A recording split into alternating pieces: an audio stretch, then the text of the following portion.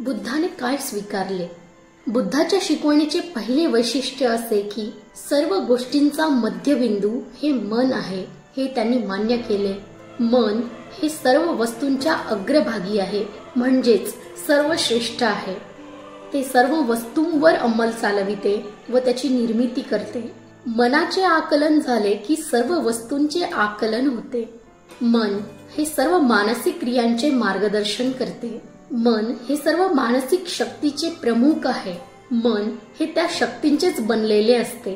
ज्या बाबींकडे लक्ष पुरवणे आवश्यक असते ती पहिली बाब म्हणजेच मनाचे संस्कार। बुद्धाच्या शिकवणीचे दुसरे वैशिष्ट्य असे की आपल्यामध्ये निर्माण होणाऱ्या आणि आपल्यावर बाहेरून ज्यांचा परिणाम होतो अशा बऱ्या वाईट गोष्टींचे मन हे उगमस्थान आहे।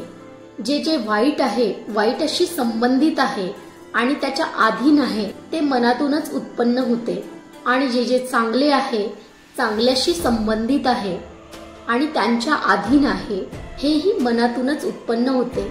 ज्याप्रमाणे गाडी ओढणाऱ्या बैलांच्या पावला मागोमाग गाडीची चाके जातात, त्याचप्रमाणे अशुद्ध चित्ताने जो बोलतो किंवा कृती करतो त्याच्या मागोमाग दुःख येते, आणि म्हणून चित्तशुद्धी हे धम्माचे सार होय।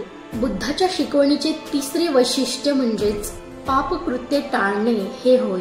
त्यांच्या शिकवणीचे चौथे वैशिष्ट्य असे की खरा धर्म हा धर्मग्रंथात नसून धर्मतत्वाचे पालन करण्यात आहे।